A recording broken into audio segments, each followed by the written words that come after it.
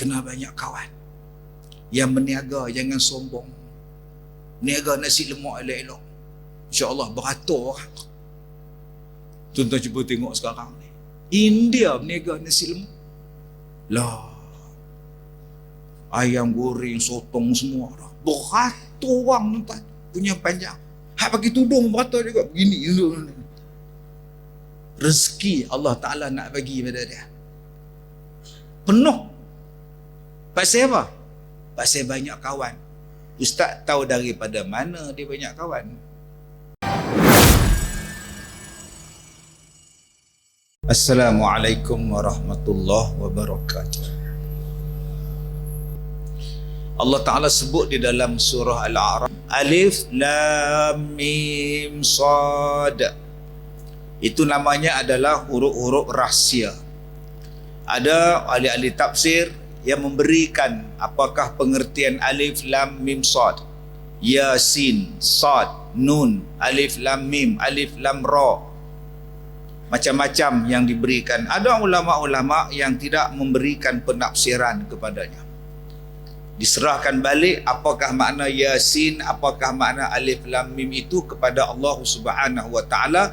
Wallahu a'lam bis-shawab. Allah Taala lah yang Maha mengetahui akan maknanya. Tetapi ada ulama-ulama yang memberikan penafsiran dia. Alif itu apa, Lam itu apa, Ra itu apa. Antaranya Ibnu Katsir memberikan maksud, penerangan kepada makna-makna itu. Ada yang menyebut perkataan ataupun huruf ya itu sebagai wahai, sin wahai manusia, Yasin wahai manusia. Tetapi ada ulama yang memberikan penafsiran yang lain. Yasin itu ialah nama lain kepada nama Nabi Muhammad sallallahu alaihi wasallam. Macam-macam lah tuan-tuan. Bila ditanya kepada Sayyidina Ali karamallahu wajhah, apakah maknanya huruf-huruf rahsia tadi? Maka Sayyidina Ali karamallahu wajhah menjawab, janganlah kau cari makna alif itu apa, lam itu apa, ra itu apa. Tetapi yang kau kena perhatikan ialah selepas alif lam mim, selepas alif lam ra, selepas alif lam mim sad itu apa. Yang kau kena perhatikan ialah ayat yang keduanya. Yasin wal Qur'anil Hakim. Al-Quran itu yang kau perhatikan. Al-Quran itu yang kau tadabburkan. Taha ma anzalna alaikal Qur'ana litashqa. Al-Quran itulah yang kau kena perhatikan. Alif Lam Mim zalikal kitab. Al-kitab itulah yang kau kena tengok. Alif Lam Mim Sad, kitabun unzila ilaik. Kitab itulah yang kau kena perhatikan. Orang kita sekarang ini bergaduh tentang apa makna alif. Ada yang kata alif tu Allah, lam tu Nabi Muhammad, ra tu manusia. Macam-macam penafsiran yang dia bagi. Akhirnya bergaduh. Kata Sayyidina Ali, yang kamu kena tengok ialah yang jelas pada ayat yang kedua. Al-Quran atau kitab. Al-Quran atau kitab. Itu yang kau kena kaji. Apakah Al-Quran? Pengertian, maksud, apa yang ada di dalam Quran. Apa yang perlu diamalkan di dalam Al-Quran. Kata Allah, kitabun unzila ilaika fala yakun fi sadrika harajum min. Ini sebuah kitab yang Allah Ta'ala turunkan. Maka jangan ada dalam perasaan kamu sesak nafas, sesak, sempit dada kamu bila tengok Al-Quran. Litunzira bihi wa zikra lil mu'minin. Allah Ta'ala yang menurunkan dia dan memberi peringatan bagi orang yang beriman. Maka kata Allah pada ayat ketiga, ittabi'u ma unzila ilaikum min rabbikum. Ikutlah kamu semua apa-apa yang telah diturunkan oleh Tuhan kamu. Jangan kamu ikut yang lain. Wala tattabi'u min dunihi awliya. Jangan kamu ikut yang lain sebagai pimpinan kamu. Allah tutup dengan satu ayat yang menakutkan kita. Qalilam ma tazakkarun. Sedikit sangat daripada kamu yang mengambil peringatan. Qalilam ma tazakkarun. Al-Quran ni kata Allah diturunkan untuk kita beramal dengan dia. Ambil pengajaran dia, ambil peringatan daripada dia. Kata Allah, qalila, sedikit sangat daripada kita yang mengambil peringatan daripada Al-Quran. Mudah-mudahan kita termasuk di dalam golongan yang sedikit itu. Allah Ta'ala sebut dah, sedikit yang bersyukur, sedikit yang mengambil peringatan, sedikit yang beriman. Kita doa mudah-mudahan kita termasuk dalam kumpulan yang sedikit itu, yang walaupun sedikit, yang sudah pastinya akan sakit, yang sudah pastinya akan susah, diseksa, macam menggenggam bara api, kal qamidi 'alal jamr, macam kau menggenggam bara api. Biarkan golongan ini sahajalah yang selamat, sabar dan redha. Tuan-tuan yang saya hormati, di dalam Al-Quran terlalu banyak perkara yang disebut, yang Allah Ta'ala berikan kepada kita, daripada cerita, daripada hukum, daripada berita, daripada perintah, macam-macam perumpamaan, misal disebut. Ada makanan yang disebut, ada binatang yang disebut, ada sejarah yang disebut, ada nama-nama Nabi, ada nama-nama ulama ataupun wali yang disebut oleh Allah di dalam Al-Quran. Yang saya nak sentuh pada tuan-tuan ini ialah yang Allah Ta'ala sebut kepada kita, yang selalu kita nampak di sekeliling kita, tapi kita tidak perasan bahawa benda itu disebut oleh Allah di dalam Al-Quranul Karim. Kita lihat di dalam Al-Quran ada cerita tentang burung. Ada yang dipanggil burung hudhud, ada yang dipanggil tayran ababil, burung ababil. Maka manusia pun yang cerdas, dia akan memerhatikan tentang burung. Dia tengok pada burung, dia kata seronoknya jadi burung. Terbang ke sana, terbang ke sini, boleh melihat daripada jarak yang tinggi dan dia nampak macam-macam yang di bawah dia. Tuan-tuan yang saya hormati, maka timbullah perkataan, kalaulah aku jadi burung, aku kan terbang bebas. Aku seronok terbang bebas. Seronok apa tuan-tuan jadi burung? Terbang, kena mengibarkan sayap dia, kepak dia, silat-silat hari bulan kena lesdik, mati dia. Rumah tak ada, duduk tumpang atas pokok. Nak buat rumah pula kena cari rumput kering buat rumah. Dah elok-elok bertelur di atas, ada pula orang curi telur burung. Ular datang makan anak dia pula. Dia tak boleh lawan kehebatan manusia. Manusia kalau dia terbang lagi seronok daripada burung yang terbang. Saya terbang dari Subang datang ke Kota Baru tuan-tuan. Pukul 11, pukul 10.30, pukul 11.30 pagi dah sampai, sejam saja. Lebih laju daripada burung yang terbang. Kapal terbang, belum lagi terbang, saya dah tidur dah atas kapal terbang.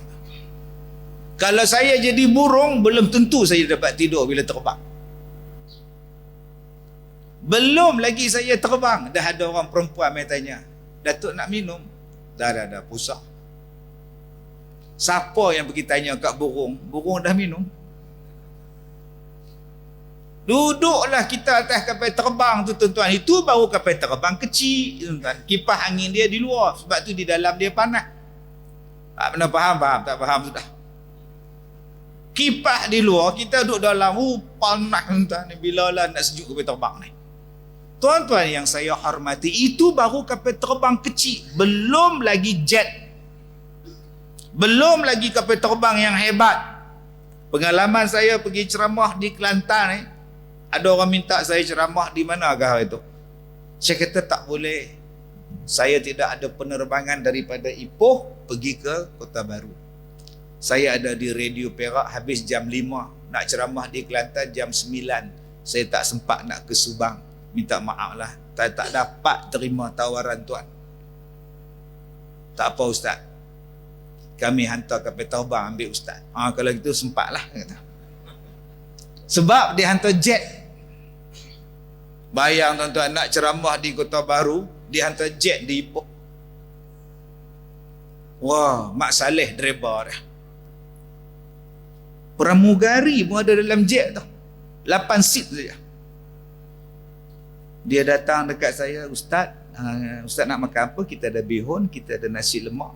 Saya kata ambil bihun lah. Dia pun hantar dekat saya, elok saya nak makan tuan, ustaz minta maaf dah nak sampai ustaz. Astaghfirullahalazim. Kalau dah tahu tak sampai setengah jam yang kau hidang dekat aku pasal apa tuan? Nikmatnya jadi manusia mengatasi burung tuan-tuan. Kenapa yang kita tak bersyukur yang kita jadi manusia? Inspirasi daripada burung, inspirasi daripada benda yang terbang tadi, terciptalah helikopter, terciptalah kapal terbang, terciptalah jet yang hari ni boleh bawa manusia pergi terbang mana kamu nak pergi. Alam tara anna Allah sakhara lakum ma fis samawati wa ma fil ard. Tidakkah kamu melihat bagaimana kami memudahkan urusan kamu di langit, kata Allah. Allah kata kami memudahkan urusan kamu di langit. Alam tara anna Allah sakhara lakum ma fis samawati. Tidakkah kamu lihat bagaimana kami memudahkan urusan kamu di langit? Kalau saya naik kereta dari Subang tuan-tuan tak sampai 1 jam. Saya kena tempuh mau 8 jam, 10 jam baru sampai. Subhanallah. Ada orang yang duduk dekat laut. Ada yang pergi ke akuarium. Dia tengok satu akuarium yang besar, macam-macam ikan di dalam dia. Dia tengok dalam televisyen cerita tentang ikan yang cantik-cantik, binatang yang duduk menyelam, berenang dalam laut yang begitu indah sekali. Alangkah seronoknya kalau aku duduk dalam ikan, dalam jadi ikan duduk dalam laut boleh berenang, tengok terumbu karang cantiknya, subhanallah. Silat-silat jumpa pula ikan duyung, Masya Allah. Dia ingat ikan duyung tu lawa ke mak antat. Bang, kalau abang fikir abang ini manusia, Allah Ta'ala jadi ahsani taqwim, sebaik-baik bentuk kejadian, abang lagi bersyukur kalau abang boleh berlayar di lautan. Allah Ta'ala sebut dalam Quran tu, inna fi khalqis samawati wal ard wa ikhtilafil laili wan nahar wal fulk tajri fil bahr. Kapal-kapal yang berlayar di atas lautan. Berapa banyak ayat al-fulk di dalam Al-Quran. Kapal. Bila manusia berenang di atas laut menggunakan kapal, dia lagi seronok daripada ikan yang menyelam di dalam laut. Tuan-tuan yang saya muliakan, kapal Nabi Nuh alaihi salam menyelamatkan Nabi Nuh, pengikutnya dan seluruh binatang dalam satu bahtera yang sangat hebat. Yang sampai sekarang kapal itu masih ada lagi tuan-tuan. Nun duduk di atas bukit Judi dekat dengan Turki. Bayangkan kapal yang membawa manusia itulah generasi kedua manusia selepas Nabi Adam. Menghadapi gelombang yang sangat kuat, banjir yang sangat besar, nama dia Bah, yang boleh menenggelamkan gunung ganang, tetapi manusia selamat dalam kapal tadi. Hebat tuan-tuan. Ikan-ikan yang duduk dalam laut bila datang banjir terperangkap di atas gunung, sangkut di atas bukit. Bila orang berjumpa dengan tulang-tulang ikan, mereka pun berfikir, macam mana ikan ini duduk dalam laut tiba-tiba ada atas gunung. Di Thailand orang jumpa, di Himalaya orang jumpa tulang-tulang yang begitu banyak ikan yang besar duduk di atas bukit. Mereka percaya bahawa satu masa dulu bahawa bumi, sebahagian bumi dan sebagainya pernah banjir, tetapi manusia selamat di dalam kapal tadi. Tuan-tuan yang saya muliakan, bila kita berlayar di kapal, subhanallah, seronoknya tuan-tuan. Tuan-tuan yang ada pengalaman naik krus, saya bersyukur pada Allah, saya adalah di antara orang yang paling awal membawa rombongan orang Islam naik kapal krus. Awal-awal tahun 2014, 2015. Saya dapat tiket free 4. Satu travel bagi, dia kata, Ustaz, ni hadiah untuk Ustaz naik kapal krus. Saya kata, menatang apa krus ni? Dia kata, ni bukan menatang, ni krus kapal. Oh, tahulah menatang apa. Kita ni menatang apa, bukan maksud binatang. Natang apa ni kita bukan tahu. Dia kata ni kapal pesiaran. Kena bayar tak? Tak, free untuk ustaz. Ada free anytime. Ambil cuti tuan-tuan, naik kapal, cok pasport, naik kapal di Penang. Lepas immigration, cok pasport, jalan saya 4 orang. Semua pakai kepiah putih semua. Hui, berjalan tuan-tuan. Bila berjalan naik tu, satu lelaki pegang tangan saya, tarik saya. No. Siapa ni? Rupanya dia suruh saya bergambar dekat dengan foto booth ni tuan-tuan, suruh bergambar. Saya lari. Dia kata ambil gambar. No. Saya tak mau tuan-tuan. Perempuan yang saya nak ambil gambar tu, dia pakai burung merak atas kepala dia. Baju pula ketat, bikini saja. Astaghfirullahalazim, aku ni silap naik kapal ke apa? Kalaulah saya bergambar dengan dia tuan-tuan, Allah, sampai sekarang nampak ni Ustaz Kazim apa jenis orang ni. Saya kata, Tuan Haji, kita ni silap naik kapal ke? Rupanya ambil gambar tu jual balik RM20 dia pun jual. Saya lari naik atas kapal, duduk dalam bilik, kata, jenis kapal ni, kolam renang ada. Dia kata, Ustaz, kalau Ustaz nak duduk dalam bilik, duduk di Ipoh. Kita naik kapal. Jom, kita bawa Ustaz pergi makan. Tuan-tuan, udang semua tegak berdiri semua. Punya banyak makanan Allah, lebih banyak daripada hak di darat. Penuh orang makan. Saya kata, jom kita makan tempat lain. Penuh sesak dewa makan ni. Kita duduk tingkat atas. Makan tingkat atas. Elok nak suap. Allah, kolam renang pula dah. Orang pakat mandi kat kolam renang. Saya ni tak sate, tak udang bawah, gatai kepala amban. Gatai, cabut kepiah, bola poket, makan. Benar faham? Tak faham sudah. Entah. Saya kata, kena dah aku dah ni. Nak terjun tak boleh dah laut, entah. Nak terjun kok mana laut? Tengah malam tu, pukul 11.30, pukul 12 duduk fikir lah. Tinggal kami 4 orang duduk atas, lain tak tahu pergi mana. Saya tengok bintang banyak, saya tengok bulan, saya tengok laut hitam, kelap. Saya kata, kita je tengah-tengah laut ni Haji. Punya besar kapal kita ni 13 tingkat. Bila duduk di tengah laut, kita halus kecil. Saya bingkah bangkit, saya kata, Haji, bayangkan kolam renang tu kita tutup, kita buat semayang ramai-ramai. Dek tingkat atas ni, tempat kita duduk atas sekarang ni, kita buang kerusi dia, kita buat sejadah, kita semayang ramai-ramai. Tempat yang mereka buat konsert tu, kita buat ceramah. Jom, kita tukar kapal ni daripada tempat orang duduk menyanyi, jadi tempat kuliah. Habis 4 hari 3 malam, balik, saya pergi ke pejabat Deram, pejabat syarikat tu.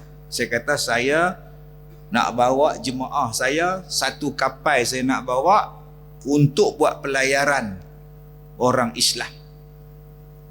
Dia tanya dekat saya, you ada duit tak? Naik bulu roma saya ni. You ada duit tak? Orang Melayu ada duit tak? Berapa? Saya tanya dia. 4 juta. Memang tak ada, tak payahlah. Memang tak ada. Saya kata 4 juta. Balik fikir balik, macam mana dia nak 4 juta sewa kapal tu, tutup segala benda, 4 juta hang buat lah.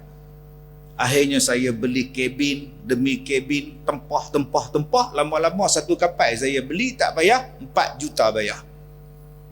Kita beli bilik 1,700 orang sewa. Bila bawa 1,700, barulah dia tegak badan tengok saya. Okey, sekarang Toki kita punya grup kita 1,700 orang. Okey, sekarang saya mau ini macam nampak tuan-tuan. Sebab tu kita kena ada wang. Bila kita ada wang, depa tunduk pada kita. Bila kita ada kekuatan ekonomi, depa hormat pada kita. Baru kita boleh minta. Nombor 1 saya mau itu gambar, itu perempuan gambar punya itu welcoming punya foto tak mau pakai seksi. Haram, kita orang Islam tak boleh itu. Kita mau tutup semua aurat. Okey, no problem. Kita mau itu kolam renang kasih tutup bubur jaring kita mau semayang. Boleh, no problem. No. 1,700 orang tak. Bila saya cok pasport bawa 1,000 lebih, betul tuan-tuan. Yang bergambar selamat datang tu memang tutup aurat sungguh. Dia pakai patung maskot arnab, tak nampak apa tuan-tuan. Memang tutup habis dah. Itulah pelayaran pertama dalam Malaysia ni tuan-tuan, orang Islam conquer. Sampailah pelayaran terakhir sebelum Covid melanda, saya bawa tempat judi dalam kapal tu, buang semua jadi surau. Alhamdulillah, seronoknya tuan-tuan berlayar di lautan. Bila kita boleh semayang di dalam dia, bila boleh kuliah dalam dia, bila boleh qiyam dalam dia. Saya naik atas sekali kapal, duduk dalam pilot punya bilik, turun ke bawah, tengok tempat dia orang nak simpan makanan. Allah, nikmat yang Allah Ta'ala bagi mengatasi daripada ikan yang berenang dalam lautan. Sebab itu tuan-tuan, Allah Ta'ala tanya kepada kita berapa kali tentang pelayaran di laut. Allah cerita dalam Quran kisah kapal. Tapi sayang tuan-tuan, yang menguasai burung bukan orang kita. Yang mencipta burung besi bukan orang kita. Yang mencipta kapal terbang bukan orang kita. Yang buat kapal terbang orang Perancis, yang buat kapal terbang orang Amerika, yang buat kapal terbang orang Rusia. Hari ini China yang buat kapal terbang. Mereka buat pesawat penumpang, mereka buat pesawat fighter jet, mereka buat helikopter canggih-canggih. Negara-negara Islam hanya membeli sahaja tuan-tuan. Sedangkan Al-Quran dah jelas sebut tentang tayran ababil, penguasaan di langit.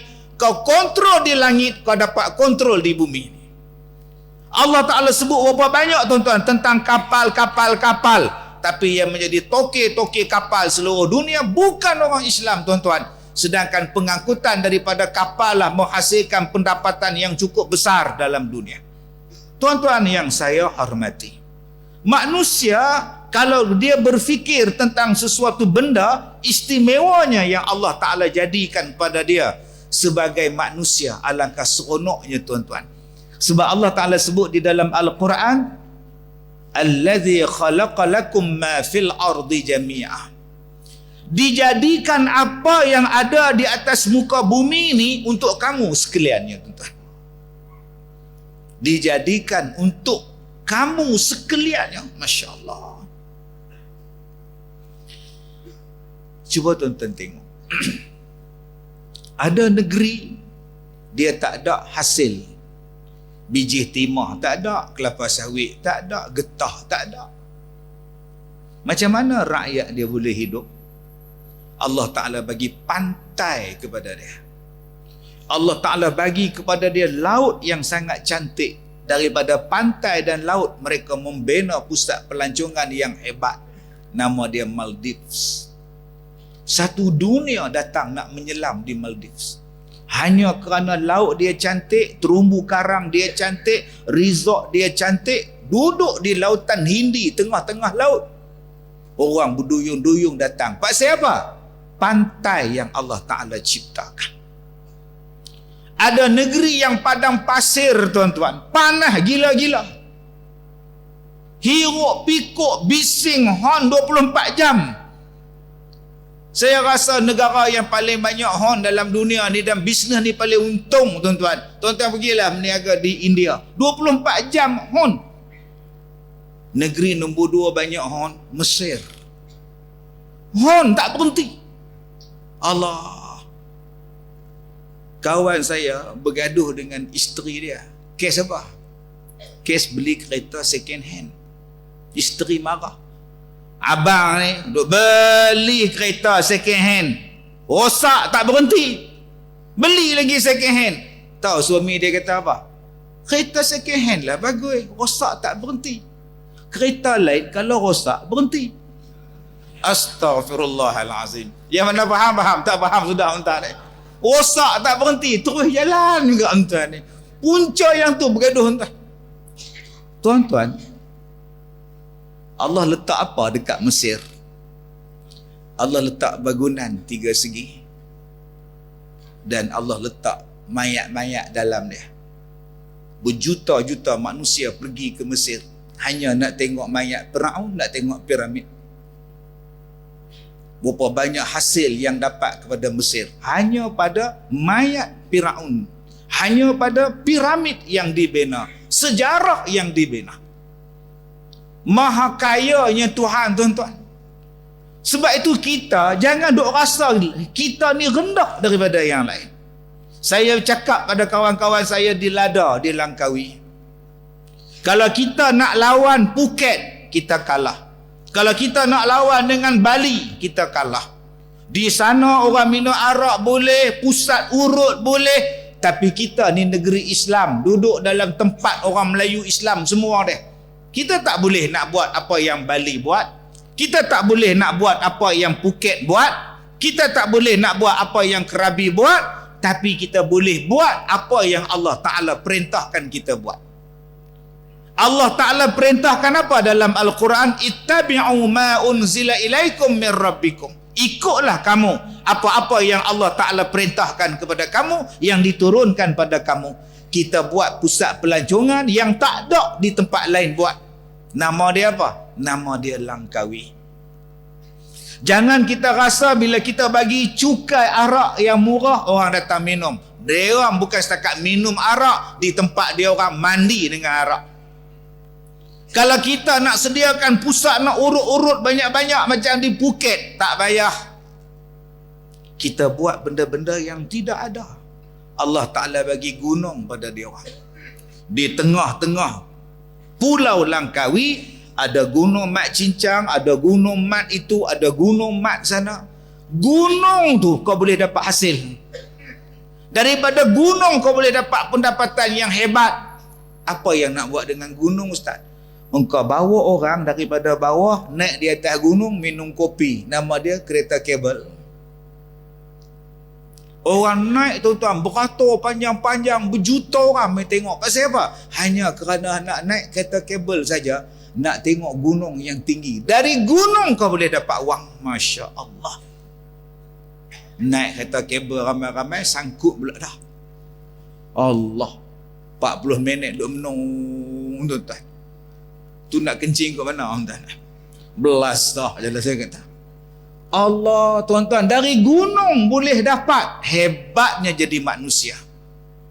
Seronoknya jadi manusia. Allah tak pernah lupakan kita. Allah tak pernah abaikan kita. So, kenapa ada kita hari ni takut? Ustaz, saya ni sebatang kara, suami tidak ada, anak tidak ada. Macam mana saya nak hidup?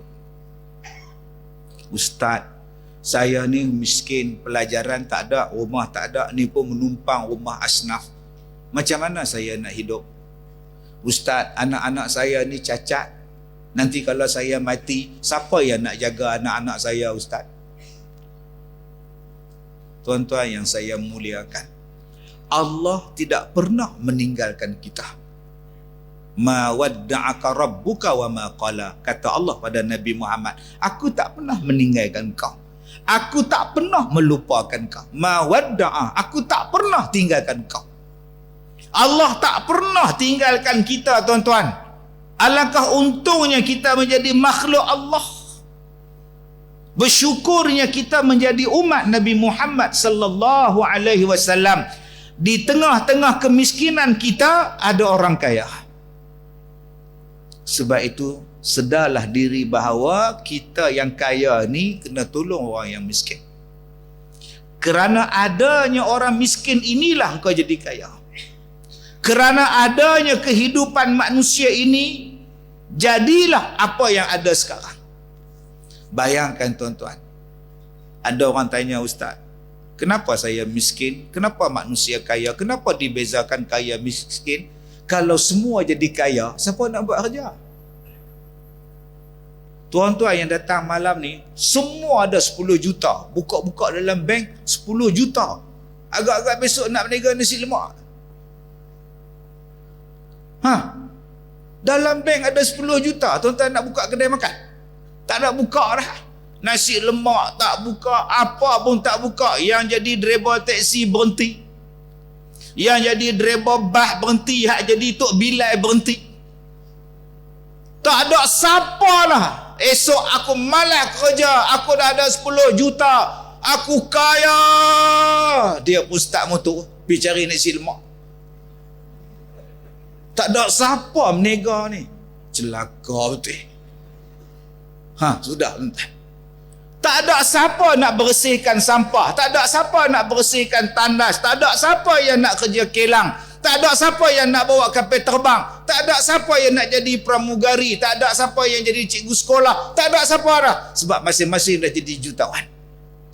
Apa akan jadi pada dunia, tuan-tuan? Tak ada siapa jadi ustaz. Ustaz main jemput ceramah, sorry, saya dah kaya sekarang. Dah, tuan-tuan. Tok Imam, kami subuh tak ada siapa imam ni.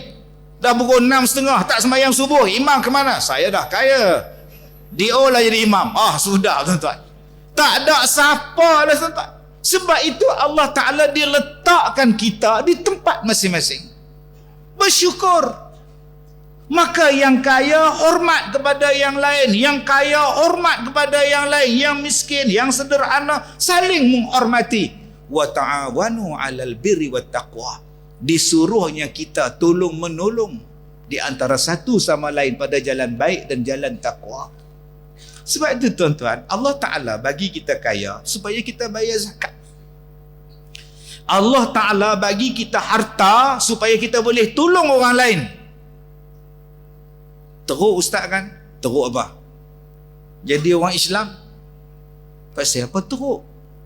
Ini tuan-tuan dialog-dialog yang orang bagi pada saya, yang orang buat soal jawab dengan saya, yang saya buat ceramah dalaman, yang saya buat kursus dalaman. Buka soalan. Ya, Tuan Haji. Saya ... pesara ... Okey, soalan. Saya tidak pernah minta kepada Allah untuk saya dijadikan. Ulang.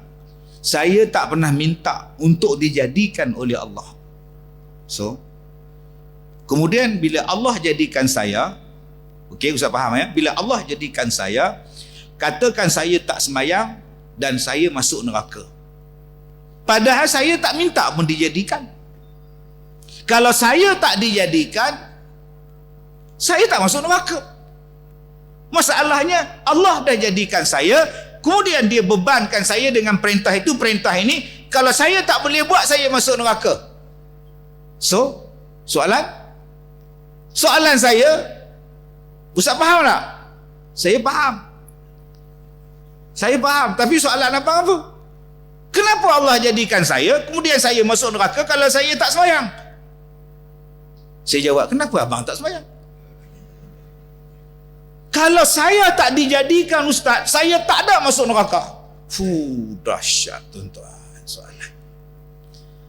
Abang, ada Allah Ta'ala sebut, masuklah neraka. Wahai orang-orang yang beriman, marilah masuk neraka. Da'ah. Wa basyiril ladzina amanu wa 'amilus shalihat anna lahum jannatin tajri min tahtihal anhar. Allah Ta'ala cerita, berilah berita gembira pada orang beriman, pada orang beramal soleh. Syurga. Bila masa ya Allah ajak kita masuk neraka? Allah ajak kita masuk syurga.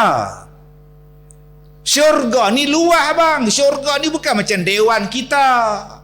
Syurga ni semua orang boleh masuk. Masjid kita ni tuan-tuan, terhad datang lagi 1,000 orang dah tak muat duduk kat luar. Pegawai keselamatan akan duduk di pintu masjid. Minta maaf, penuh dalam dah penuh.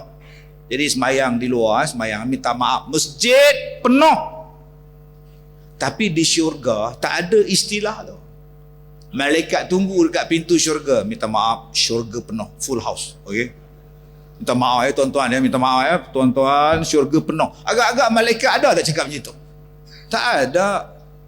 Datang satu opah makcik daripada Macang. Makcik, syurga penuh. So je.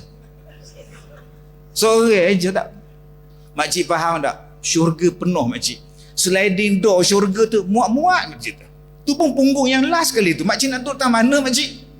Seorang je takkan tak boleh malaikat. Kesian. Makcik dari Maceh jauh ni, tu Kelantan ni. Maceh tak Maceh ni tak. Atau kalau makcik tak boleh masuk syurga, makcik nak masuk mana? Neraka banyak kosong makcik. Istilah tu tak ada abang oi. Semua orang layak masuk syurga. Jangan tuan-tuan duk tengok imam tua, imam muda, imam satu, imam dua. Oh. Dia orang ni pakai jubah serban putih tengah-tengah merah. Confirm syurga. Aku pula tengok baju sing t-shirt seluar jin. Layak ke aku ke syurga? Tak adalah tuan-tuan. Semua orang boleh masuk syurga kalau kita nak. Bagaimana jalan nak masuk syurga? Ittabi'u ma unzila ilaikum min rabbikum. Duduklah di tempat masing-masing, beribadatlah engkau, faqul i'malu ala makanatikum, beribadatlah engkau, Allah Ta'ala akan jemput engkau, masuklah dalam syurga. Ya ayyatuhan nafsul mutmainnah, irji'i ila rabbiki radiyatan mardiyah. Tuan-tuan yang saya muliakan, baiknya Tuhan, kalau tuan-tuan jadi orang kaya, tuan-tuan tolong orang miskin, tuan-tuan takkan jadi miskin. Kalau tuan-tuan bayar zakat, tuan-tuan tolong orang lain, bagi dekat asnaf, dijamin takkan miskin siapa yang bayar zakat. Akan bertambah lagi pula. Ustaz kata apa Ustaz? Dijamin, ya. Apa dalil Ustaz? Oh, hari ni tuan-tuan kalau nak ceramah kena ada dalil. Tak ada dalil jangan ceramah, mampu entah. Allah Ta'ala kata, siapa-siapa yang bagi, siapa-siapa yang sedekah pada jalan Allah, Allah Ta'ala akan ganti. Ma anfaqtum min syai' fahuwa yukhlifu. Apa yang kamu belanjakan pada jalan Allah, kami ganti balik. Tuan-tuan weh, kalau kawan kita ganti barang yang dia rosakkan, belum tentu lebih baik daripada benda yang dirosakkan. Kalau bapa kita ganti pada kita, belum tentu lebih baik daripada apa yang telah rosak. Tuan-tuan, gigi palsu ni nak ganti gigi yang original takkan sama tuan-tuan. Mata kita rosak nak pakai mata batu takkan sama dengan mata yang asal. Sebab apa? Sebab manusia yang buat. Tetapi dalam ayat ini Allah Ta'ala kata dia yang akan ganti. Siapa yang akan ganti? Allah. Bila Allah kata dia yang akan ganti, tuan-tuan takut apa? Tuan-tuan takut apa? Sepanjang hidup saya ni tuan-tuan, benda-benda yang pelik-pelik macam-macam saya jumpa. Saya nak keluar daripada tempat ceramah, masjid, buka tingkap, bye-bye. Assalamualaikum, jumpa lagi. Datang satu orang lelaki, dia macam $6 million man tuan-tuan. Dia api dekat kepiah saya, dia ambil kepiah saya. Ustaz, sedekah tau. Astaghfirullahalazim. Dia campak yang dia punya. Saya tak kata kat driver saya, stop curi kepiah aku. Tak. Baik, tak apa. Tuan-tuan jangan duk buat pula. Saya tak ada stok. Ini saja hari ni saya bawa tuan-tuan ni. Kalau ada stok tak apa. Allah, tuan-tuan, songkok yang saya pakai ni bukan saya beli. Ini ada orang daripada Singapura yang hantar. Orang tanya pada saya, Ustaz tak pandai pakai serban ke? Pandai. Ustaz tak pandai pakai kopiah putih ke? Pandai. Itu pasal pakai songkok hitam je. Sebab orang sedekah. Kalau saya simpan dalam almari, tak pakai, bila dia nak dapat pahala? Saya pakai tak dapat. Sebab itu tuan-tuan, saya tak kisah pun dia ambil kepiah saya $6 million man tadi. Sebab saya yakin nanti Allah ganti lebih baik daripada apa yang dia ambil. Saya pergi dekat gurun Kedah, ada R&R duk jual kopiah macam-macam. Saya duk try kopiah ni. 4 saya try. Saya kata elok, ni elok ni. Ni tak tebal sangat, ada lubang-lubang pula atas ni, angin senang. Elok nak bayar, dia kata, Ustaz tak payah bayar. Saya hadiah pada Ustaz. Ustaz pergi ceramah, Ustaz pakai yang ni. Saya dapat pahala, alhamdulillah. 4, kalau saya ambil 10 pun bagus ni. 4. Habis tu bila Ustaz pakai kepiah dia, yang tu saya mengajar di pondok saya, pagi-pagi saya pakai kepiah putih untuk dia dapat pahala. Ni baju hak saya pakai ni tuan-tuan ni. Hari raya orang sedekah kat saya. Tu yang saya pakai. Tuan-tuan jangan duk kata kat saya pula, ustaz tu ceramah jenis apa? Kopiah songkok hitam, baju pula kemeja. Orang lain cubalah jadi tok imam ceramah pakai macam tu. Kau suka saya nak pakai apa? Tuan-tuan marah saya betul? Peduli apa? Taklah songkok hitam ni lah ustaz basuh bila? Kompong ustaz tak nak basuh. Banyak cakap hang, kapek hang pun tak nak basuh. Kapek yang kita sembahyang ni pun tak nak basuh. Mula-mula pakai sampai buang lagi 10 tahun. Itulah tak nak basuh. Tuan-tuan yang saya hormati, jangan takut menjadi orang yang bersedekah. Saya bila parking kereta dekat mana tadi kan, saya tengok ada di bawah tu senarai pejabat masjid, imam, pejabat zakat. Rupanya masjid tuan-tuan ni pusat zakat, mini pusat zakat. Di bawah masjid tuan-tuan ni pula ada beberapa puluh buah masjid lagi pula. Saya bila dengar tengok jemputan ni, saya ni tuan-tuan, jemputan ni saya tak tahu siapa jemput saya, itu semua urusan PA saya. Bila dia bagi tempoh untuk seminggu punya ceramah, dia bagi jadual. Hari Ahad ustaz ceramah di Slim River. Hari Isnin ustaz ceramah di TV Al-Hijrah. Live hari Selasa pukul 6.30 pagi. Oi, 6.30 pagi. Betul ni? Betul. Malam ustaz ceramah di Melaka. Hari Rabu ustaz ceramah di Kelantan. Oi, saya dengar nama Sultan jadi Masjid Sultan, ya Allah. Besar hati saya tuan-tuan. Seronok saya jumpa dengan tuan-tuan. Saya kata alhamdulillah. Saya pun tak tahu siapa jemput saya. Dia yang terima. Sebab saya tahu masjid bandar macam tuan-tuan ni, di bawah dia berpuluh-puluh masjid, madrasah, musalla, surau di bawah tuan-tuan. Maknanya masjid kita ni menjadi tumpuan masyarakat.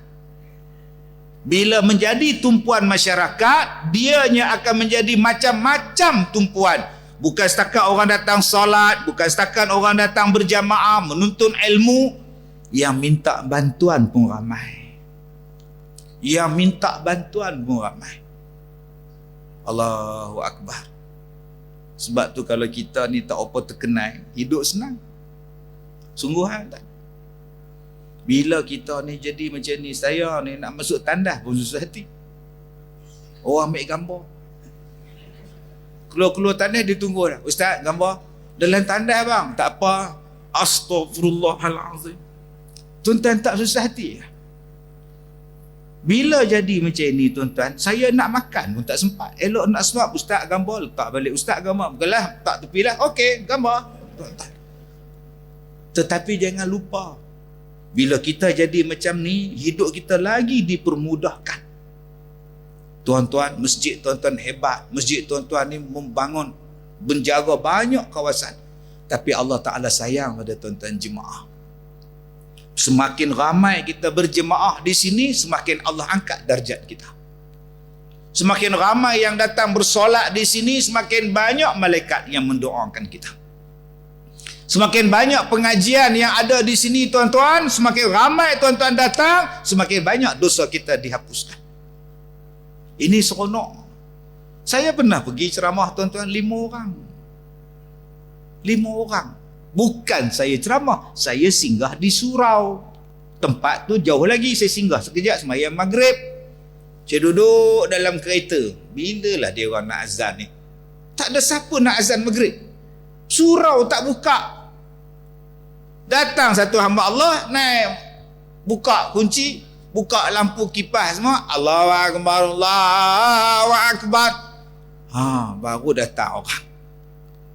Tak ada orang tuan nak jadi imam. Saya pun jadi imam. Allah. Habis-habis doa apa semua, saya tanya, surau ni memang tak ada orang ke pakcik? Selalu ramai, hari ni tak ada pula. Ramai penuh kot. Ada 4 orang. Astaghfirullahaladzim.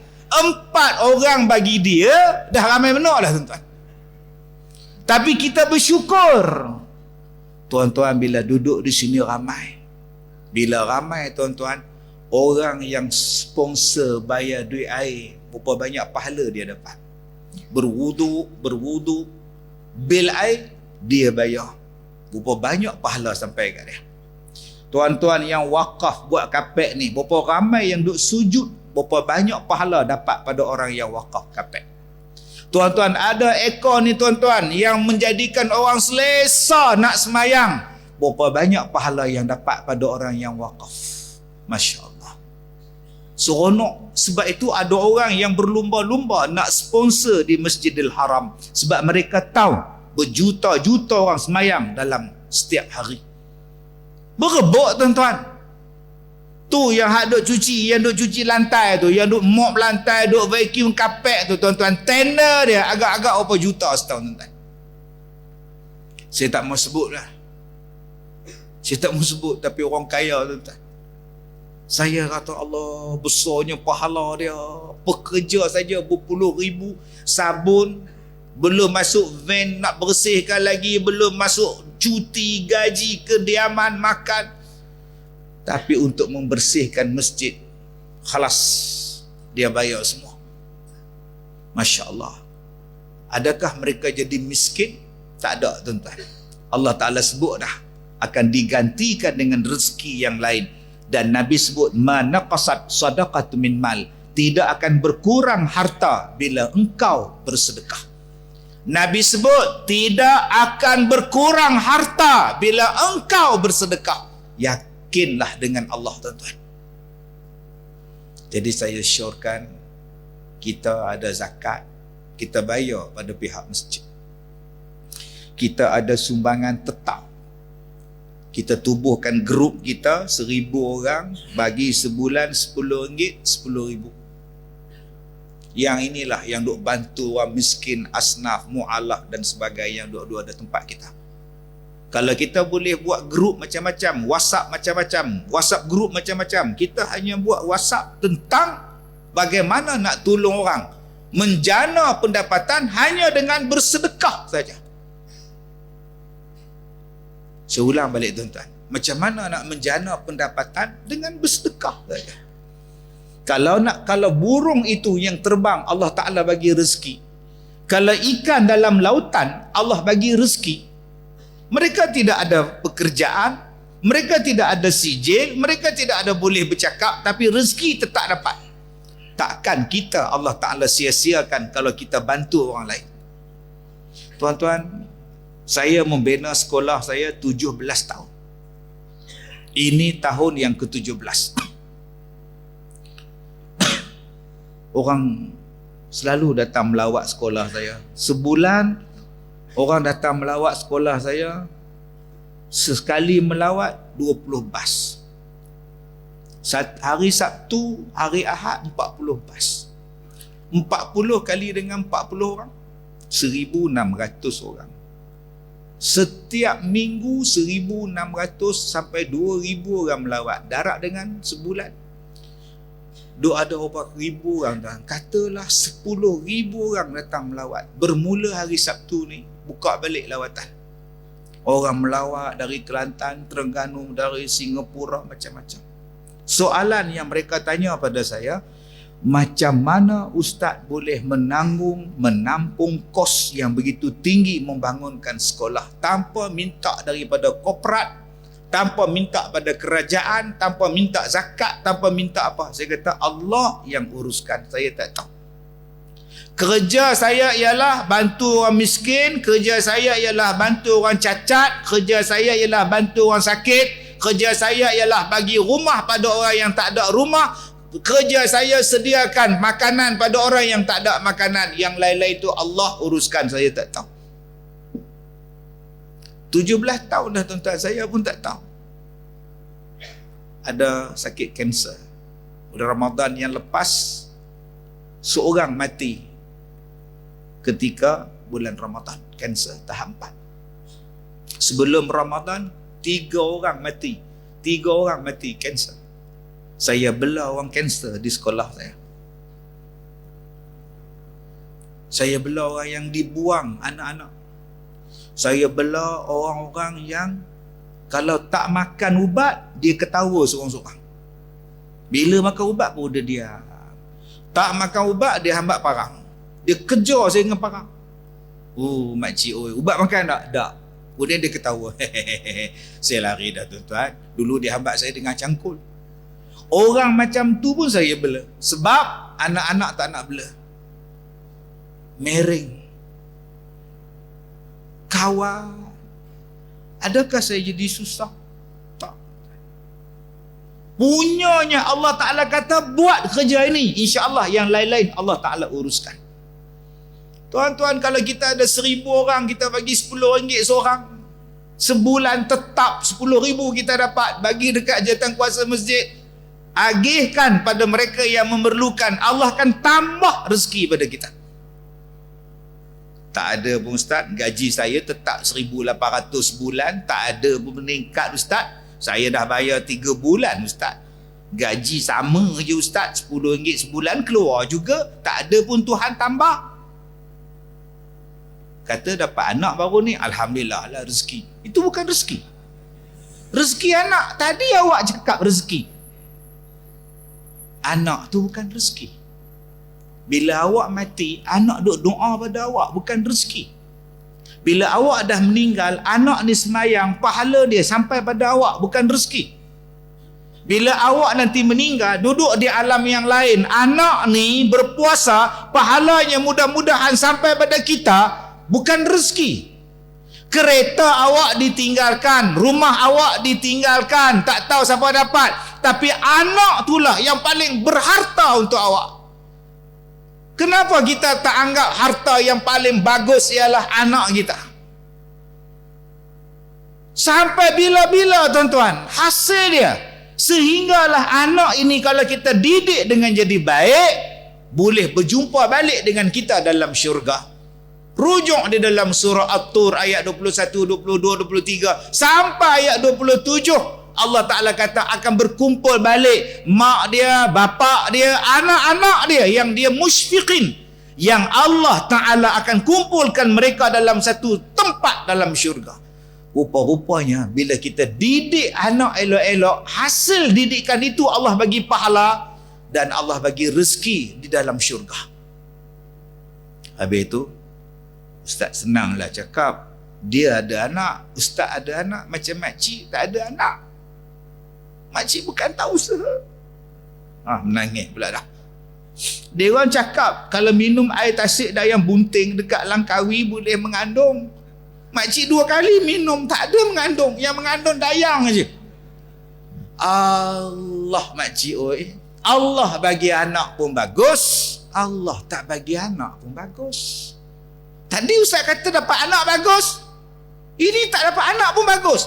Apa yang Tuhan bagi makcik semua bagus. Allah bagi anak cacat bagus, Allah bagi anak pandai bagus, Allah bagi makcik tak ada anak pun bagus. Kenapa bagus? Sebab makcik tak ada dosa gagal didik anak. Di luar sana makcik ramai orang yang gagal didik anak. Yang tak pernah ajar anak semayang, yang tak pernah suruh anak dia semayang, macam mana dia nak jawab Tuhan. Tapi makcik sekarang Allah takkan soal makcik tak ada anak. Berapa banyak bapak-bapak yang Allah soal di hari kiamat sebab cari rezeki yang haram, pendapatan yang haram bagi makan pada anak-anak. Besok anak dia akan dakwa pada bapak dia, kenapa bagi makan yang haram pada aku? Makcik tak ada anak, pakcik tak ada anak, alhamdulillah, pakcik selamat. Allah sayang. Habis tu apa macam makcik nak dapat pahala Ustaz?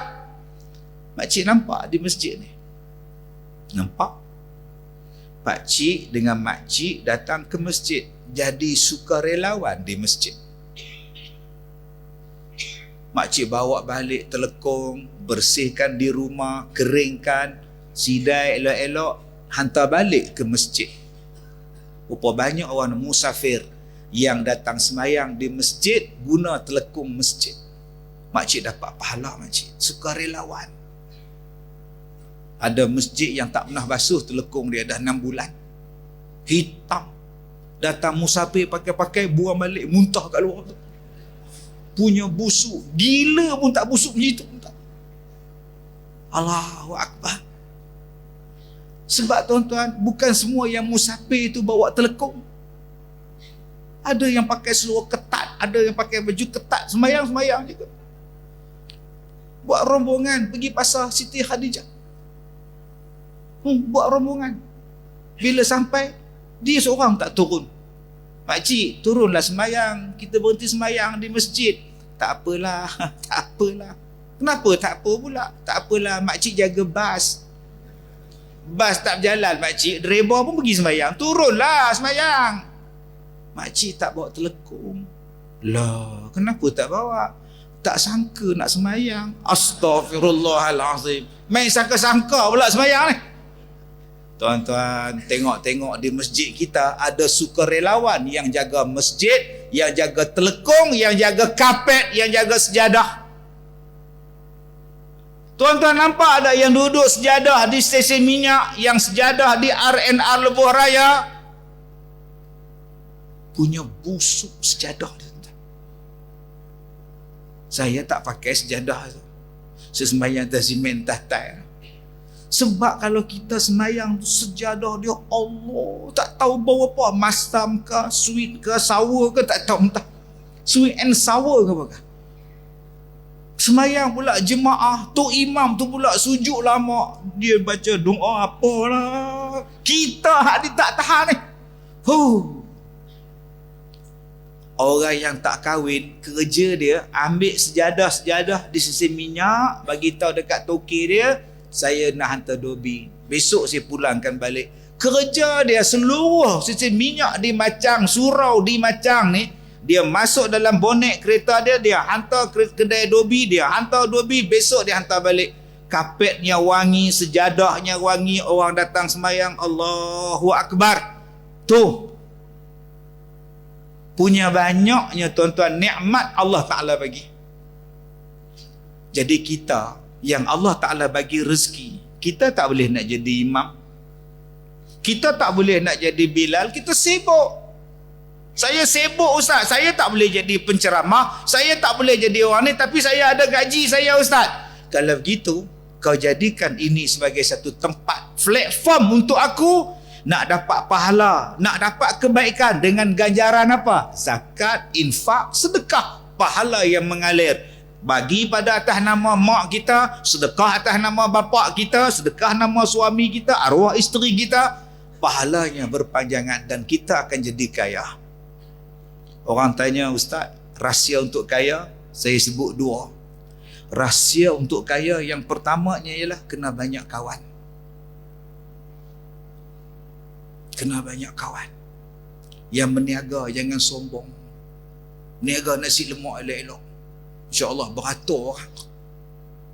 Tuan-tuan cuba tengok sekarang ni, India berniaga nasi lemak. Lah, ayam goreng, sotong semua dah. Beratur orang tuan-tuan. Punya panjang. Hak pakai tudung beratur juga. Begini. Rezeki Allah Ta'ala nak bagi pada dia. Penuh. Pasal apa?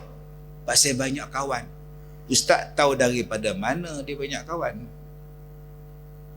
Ustaz tahu daripada mana? Sebab dia ada Facebook, sebab dia ada TikTok, sebab dia ada Instagram. Cuba awak tengok TikTok, cuba awak tengok Facebook. Kalau kawan, nama dia apa? Nama dia friends, bukan kawan. Bodoh tingkau ni.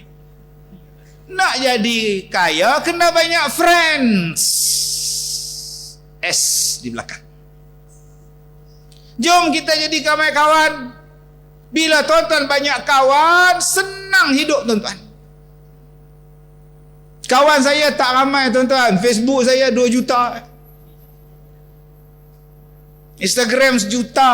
TikTok 1.8 juta. Tak ramai kawan. Alhamdulillah.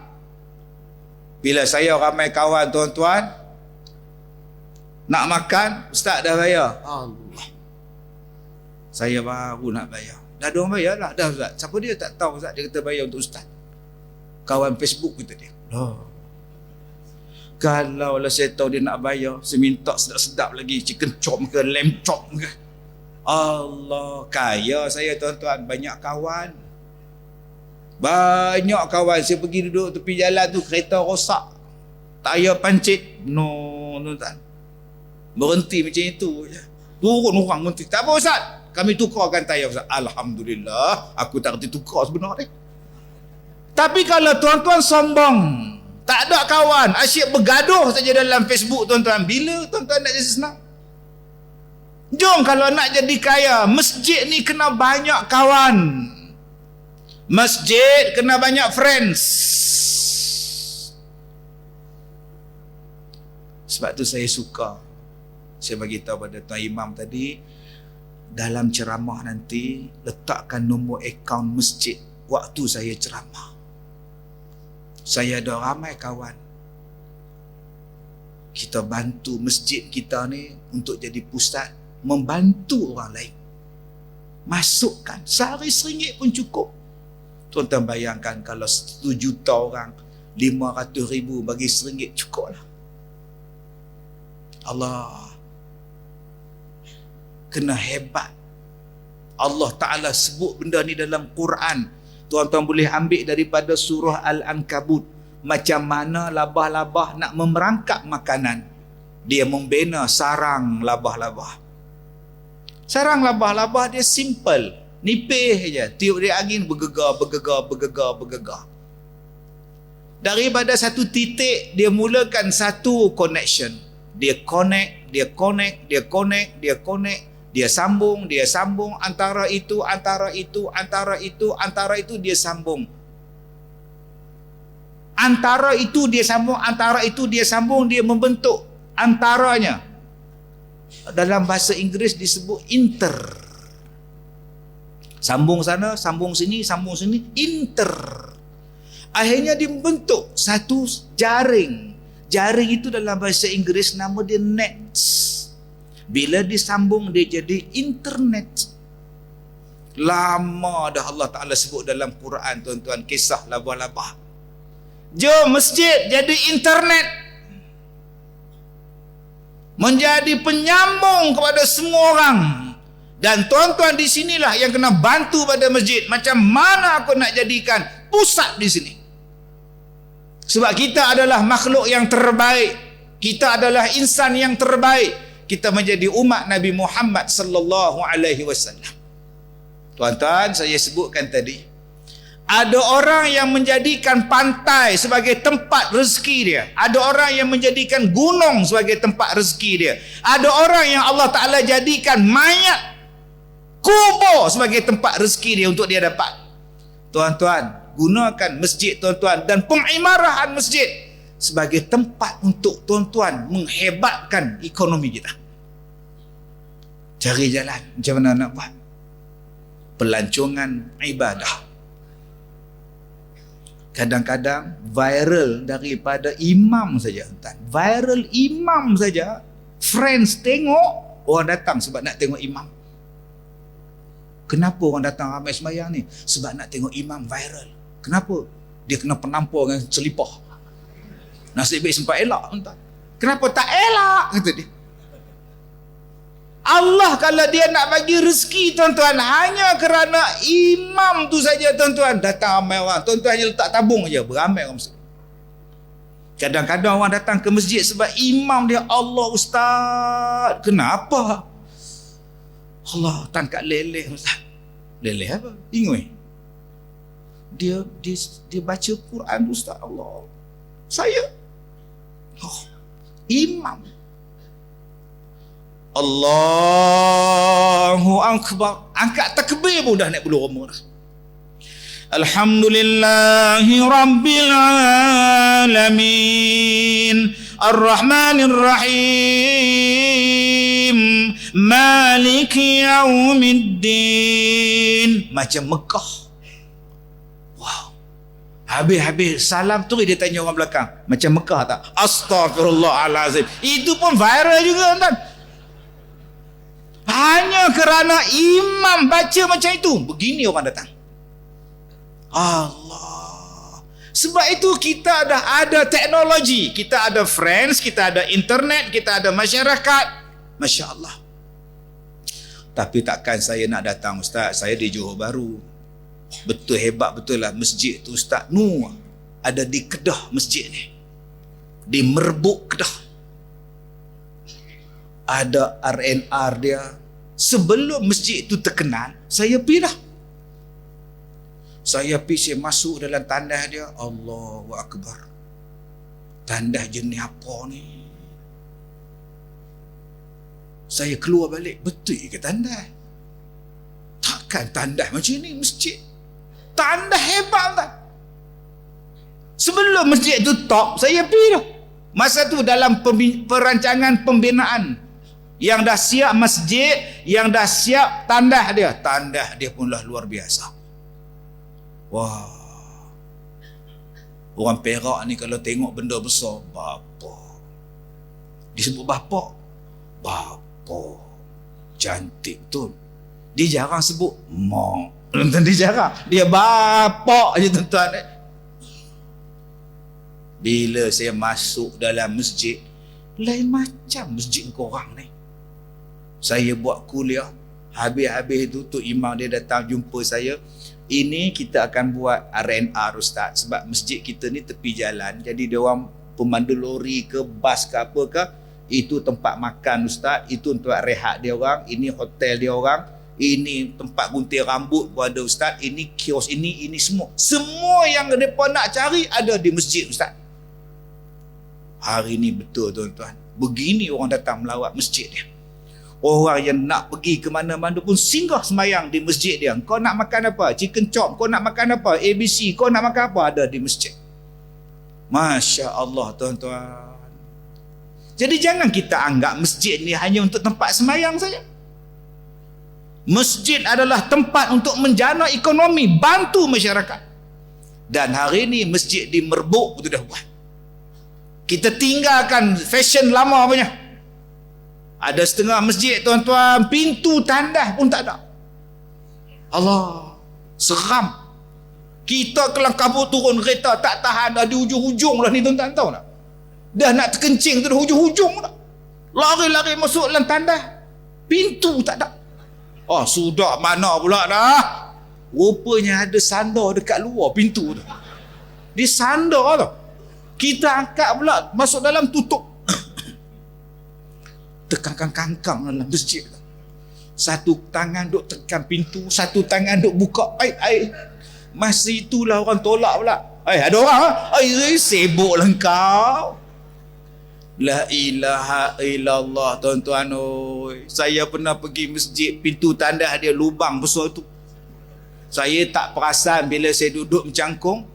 Loh, nampak orang luar nampak saya nampak orang luar. Nasib baik saya punya PA badan besar, Cik Anwar, tutup. Begini dia sandar tuan-tuan ni. Hei, tak ada selak tu biasa. Tak ada selak tu biasa. Saya bagi petua pada abang-abang, kalau pintu tandas tak ada selak, tutup elok-elok, ambil kain, sangkut di atas. Supaya kita bagi tahu kita di dalam tandas. Ada orang jahat pula tuan-tuan, dia curikan pelikat tu. Oi, duk menjerit dalam tandas pula ni. Sampai bila tuan-tuan kita nak macam itu? Nombor 2, bagaimana nak jadi kaya? Tadi saya sebut kita kena banyak kawan. Nombor 2, kita kena banyak sedekah. Senyum tu pun sedekah. Tabassumuka an wajhi akhika laka sadaqah. Kamu senyum pada orang lain pun dapat pahala sedekah. Jom tuan-tuan. Tiap hari kita main semayang di sini. Saya mula-mula sampai masjid tuan-tuan, saya tengok Allah, cantiknya kapet. Ni kapet Raudah dulu-dulu. Kapet Madinah ni Allah, seronoknya tuan-tuan. Bersyukur. Saya tengok kipas tuan-tuan, tengok aircon tuan-tuan, seronoknya. Ada masjid, kapet dia yang bulu-bulu lembut-lembut ni tak ada, tinggal guni. Bila turun sujud, kaki lutut turun, aduh, sakit tuan-tuan.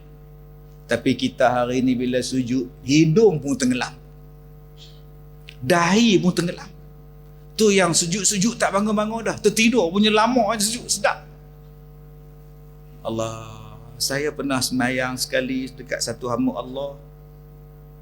Mula-mula baca Fatihah tu okey. Masa rukuk dia buat hal. Aduh. Waktu semayang tu dia dia sebut tau. Aduh. Saya masa rukuk tu kata apa? Baca ni pula. Tak khusyuk lah aku lah. Sami Allah. Bila nak turun sujud, Allah. Aduh. Wah, sudah tuan-tuan. Rasa nak tengok je orang tu ni apa hal. Yang paling panjang aduh dia bila dia duduk tahiyat akhir. Aduh. Wah, sudah tuan-tuan. Habis-habis semayang pakcik, kenapa bang? Kenapa bang? Aduh. Gaut. Yang dia paling panjang aduh tu waktu dia tahiyat akhir sebab orang sebelah dia duduk atas kaki dia atas lah tu.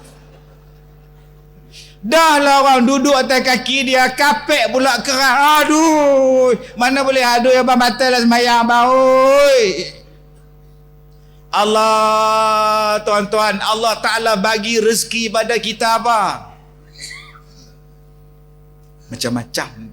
Anak yang baik, isteri yang baik, suami yang baik, mak mertua yang baik, jiran yang baik, negeri yang baik. Ni kan rezeki. Rezeki, tuan-tuan.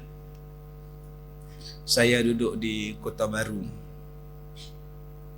Saya masuk hotel tadi pukul berapa? 3:30, pukul 4. Terlelap tuan-tuan. Dah buat jamak apa semua, terlelap sikit. Bangun saya tuan-tuan. Siapa bangun? Azan asar dia kuat betul. Speaker tu betul-betul talar kat hotel saya. Allahu Akbar. Kalau tak bangun saja tuan-tuan.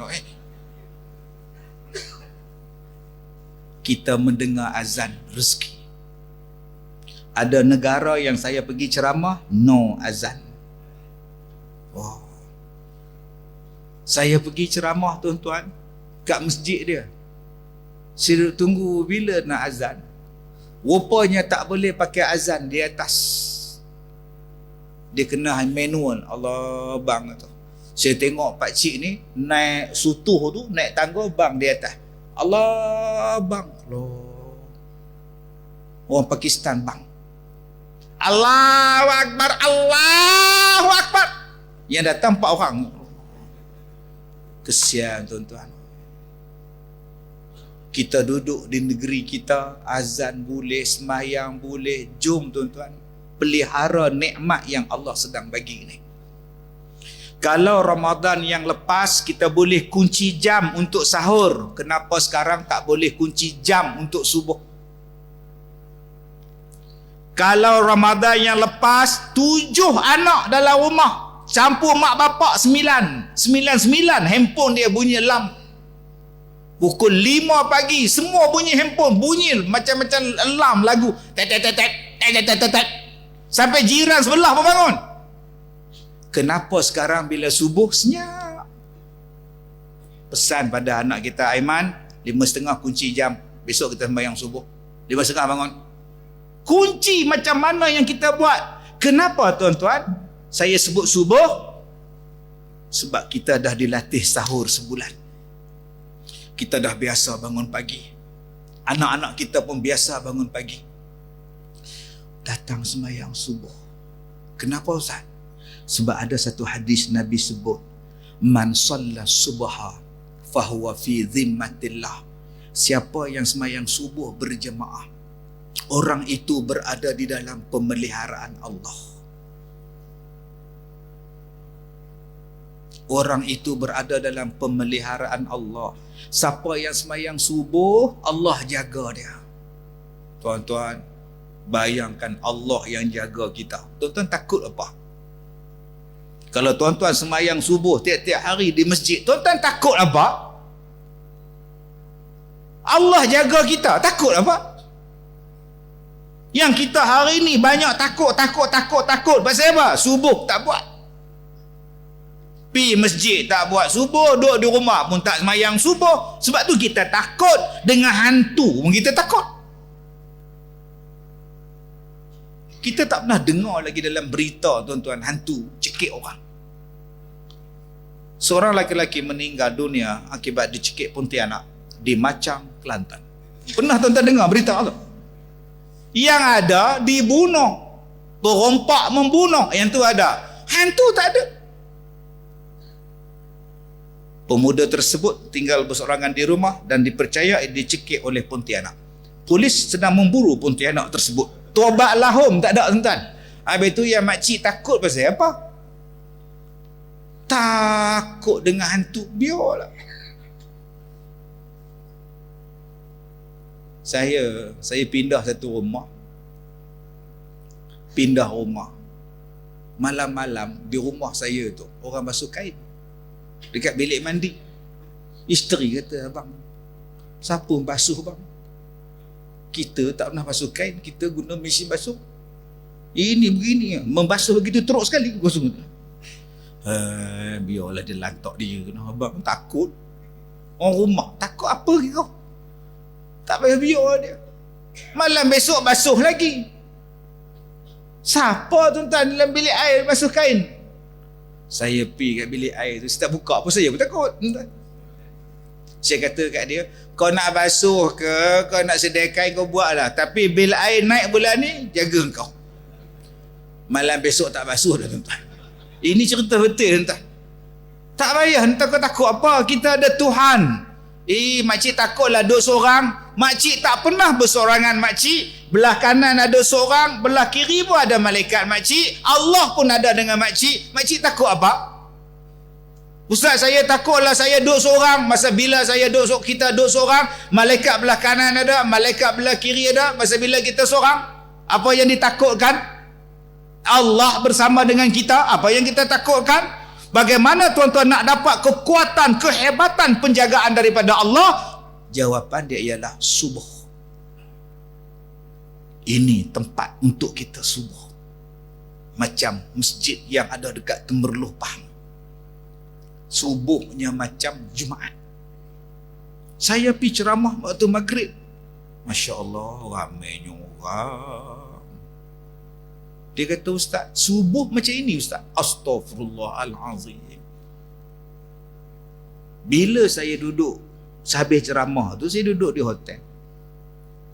Dan saya nak tengok, betul tak betul subuh macam itu. Besok paginya, saya pergi sembahyang subuh, duduk menyorok di belakang. Betul, tuan-tuan. Macam mana dia orang boleh bentuk masyarakat dia orang untuk sembahyang subuh ramai-ramai, macam sembahyang Jumaat. Allah Ta'ala bagi kebaikan. Dan tuan-tuan, kita jaga masjid kita elok-elok. Sebab kita duduk di negeri yang boleh sembahyang, yang boleh kuliah, yang boleh azan, yang boleh buat korban. Saya sepanjang 30 tahun saya berceramah. Dari 90 sampai sekarang, 33 tahun saya ceramah. Alhamdulillah, bukan setakat di Malaysia saya ceramah, banyak negara, tuan-tuan. Ada negara yang tak membenarkan orang Islam buat korban lembu. Tak boleh. Kambing boleh. Tak boleh korban lembu. Salah. Nak korban, pergi ke Malaysia. Nak korban, pergi ke Kemboja. Habis tu dia orang korban apa, Ustaz? Kambing saja, tuan-tuan. Ada negara, tuan-tuan, nak semayang ni sama ya. Masjid, surau semua sama belaka. Gereja ke apa, itulah tempat dia. Dia liberal. Masjid, surau ada tapi campur-campur. Saya tanya dekat. Saya kata, I'm Muslim. Let me know where the place that I can pray. Like mosque. Oh, dia tunjuk. Saya pun pergi. Pergi-pergi, lambang masjid pun ada, lambang berdoa. Lambang hak ni pun ada. Lambang hak ni atromen pun ada. Loh, banyaknya, tuan. Saya pun sembahyang situ, hak ni orang bukan lain, yang ni agama lain pakai dos. Agama dia sendiri tu. Ada satu negara saya pergi ceramah, tuan-tuan, saya sembahyang, tak ada masjid apa, sembahyang. Tengah sembahyang tu, polis 2 orang datang. Duk tengok saya sembahyang ni. Aku nak tengok depa ke aku nak tengok tempat sembahyang? Duk main tengok. Takkan nak babai kot. Sembahyang habis gaduh apa? Saya sembahyang. Pasport. Your passport, your ID please. Oh. Dia tanya saya, buat apa tadi? Semayang. Saya pergi ceramah, letak pasport immigration. Setengah jam dia soal saya. Lepas dia soal, jom jalan-jalan, masuk dalam bilik dia pula.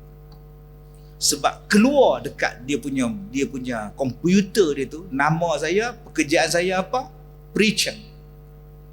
Oh, pekerjaan saya ialah penceramah Islam, mubalik Islam. Mai pegawai dia tanya saya, kamu datang buat apa? Saya kata, awak jemput saya nak pergi ceramah. Di mana you nak ceramah? Saya kata, kat ni. Apa yang benda nak cakap? Mana saya tahu. You datanglah dengar saya cakap. Orang putih kan? Tobat laut saya tak ngopi dah. Seksa gila kan? Ini. Oh, aku balik lagi. Tapi kita hari ni, kita kadang-kadang tak jaga benda-benda ini. Hak di tempat lain nak dapat majlis ilmu susah. Tempat lain nak dapat semayang susah. Tempat lain nak korban susah. Tempat lain susah nak buat Islam. Tapi kita yang dah ada hak Islam depan mata kita, dalam tangan kita, kadang-kadang kita abaikan, kita tak jaga.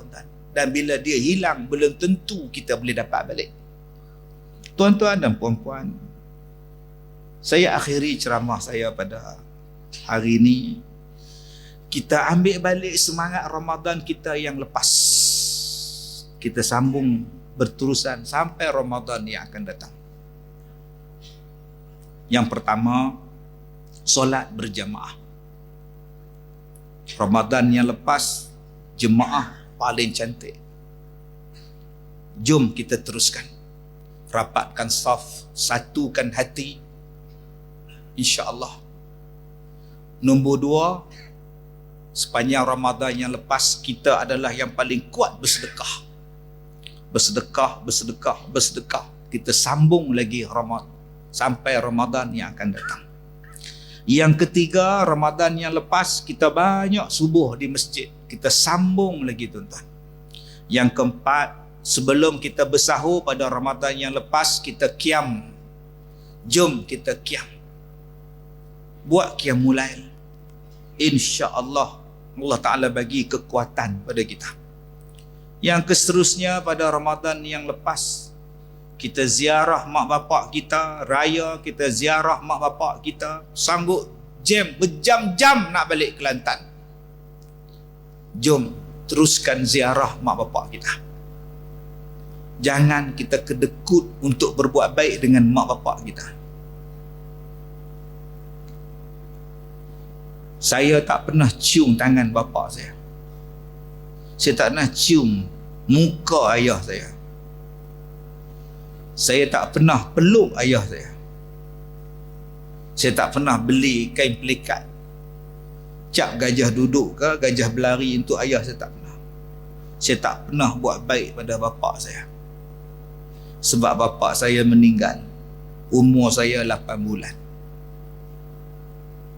Abang-abang di sini yang ada ayah, untung abang boleh buat baik pada abang, pada ayah. Boleh ziarah, boleh buat ta'at, boleh buat baik pada dia. Saya tak boleh. Saya tak pernah rasa. Dia meninggal tahun 73. 50 tahun lepas. Waktu itu saya umur 8 bulan. Tak ada. Saya tak ada kebaikan dengan dia. Orang lain boleh cium tangan hari raya. Orang lain boleh peluk. Orang lain dapat duit pergi sekolah, bapa bagi duit, dia cium tangan bapa dia. Saya tak pernah rasa. Orang lain bapa dia bawa pergi masjid naik motor bapa dia. Saya tak pernah rasa. Hari raya bagi saya tak ada makna apa. Anak yatim, orang miskin. Seingat saya waktu umur saya 8 tahun, kawan-kawan saya ajak saya pergi beraya di rumah orang. Saya kata dekat mak, abang nak pergi beraya dengan kawan-kawan. Pergilah, pergi beraya. Jalan seronok tuan-tuan, beraya rumah orang. Bila sampai di satu rumah, Duduk dekat serambi rumah dia, bapak dia ke anak dia ke saya pun tak tahu. Kita pun datang, Assalamualaikum. Anak dia bangun, perempuan. Ni datang rumah orang ni nak kutip duit dah ni. Ni datang rumah orang nak kutip tong lah ni, nak kutip tong, dia kata. Saya tegak diri, entah. Saya pun ngundur ke belakang. Saya malu sebab dia kata saya datang ni sebab nak kutip duit. Saya balik ke rumah, mak saya duduk di dapur. Saya pergi peluk belakang mak saya, peluk kaki mak.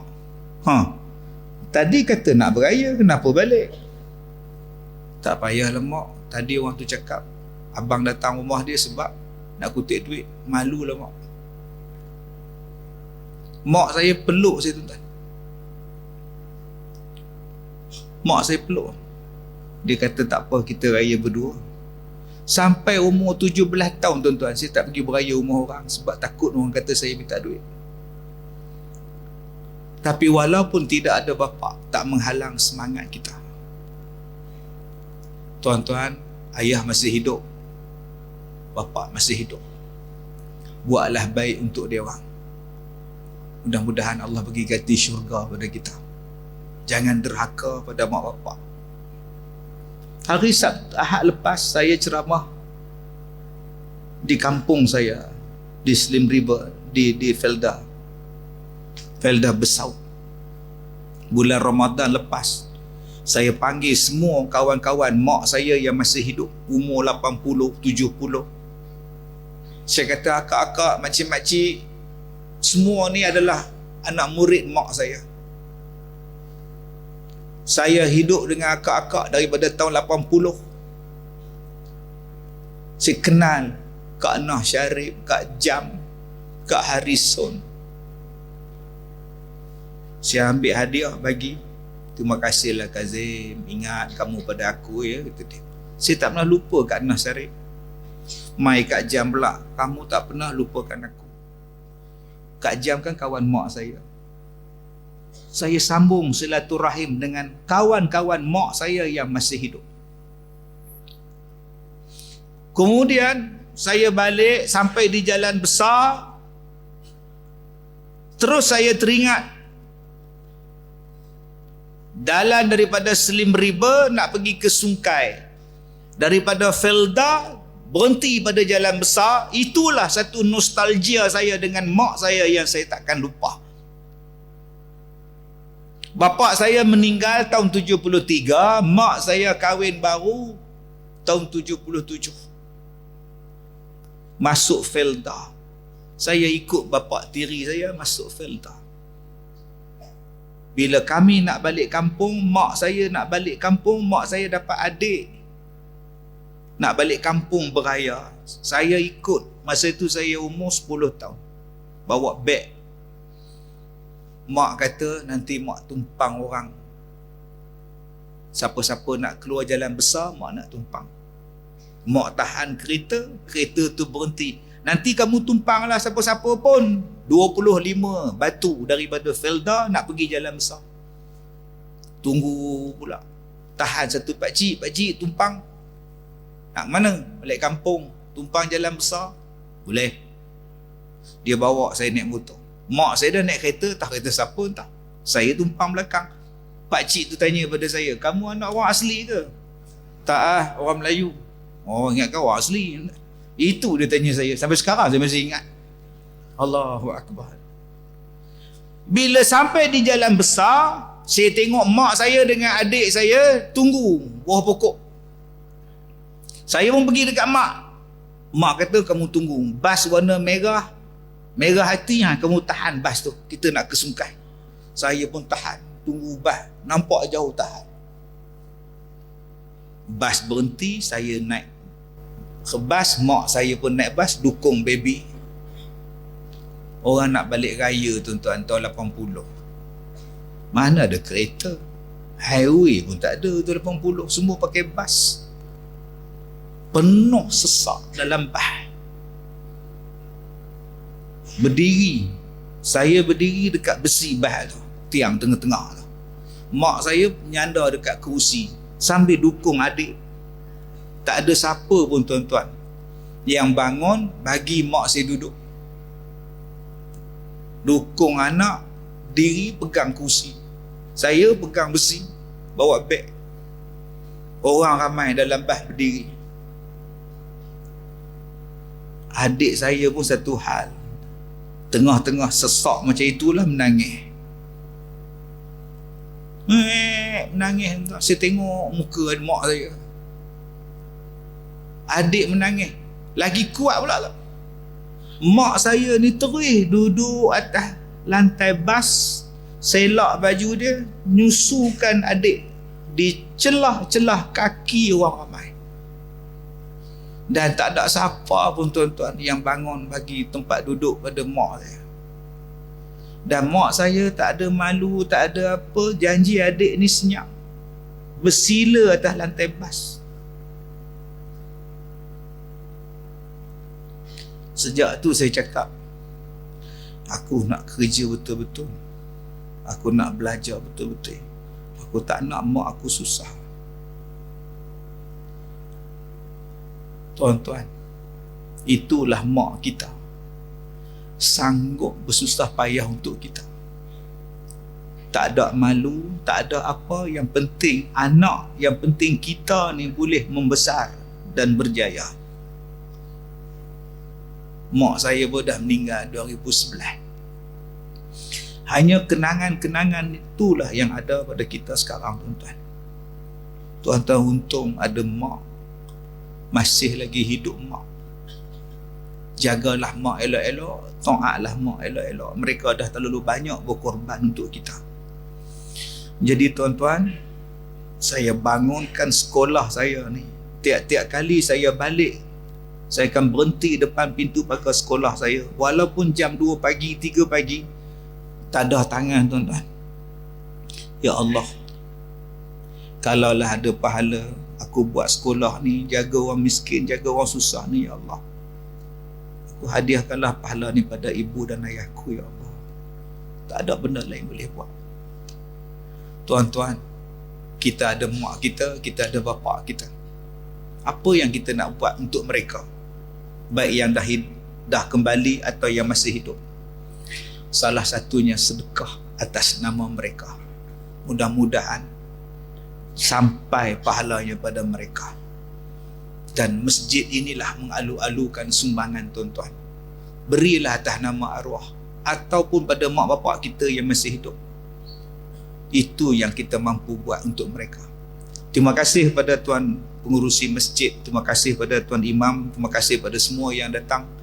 Kita jumpa lagi, tuan-tuan, insya-Allah di lain masa jika Allah Taala izinkan. Saya minta maaf jika terkasar bahasa. Wabillahi taufiq wal hidayah. Assalamualaikum warahmatullahi wabarakatuh.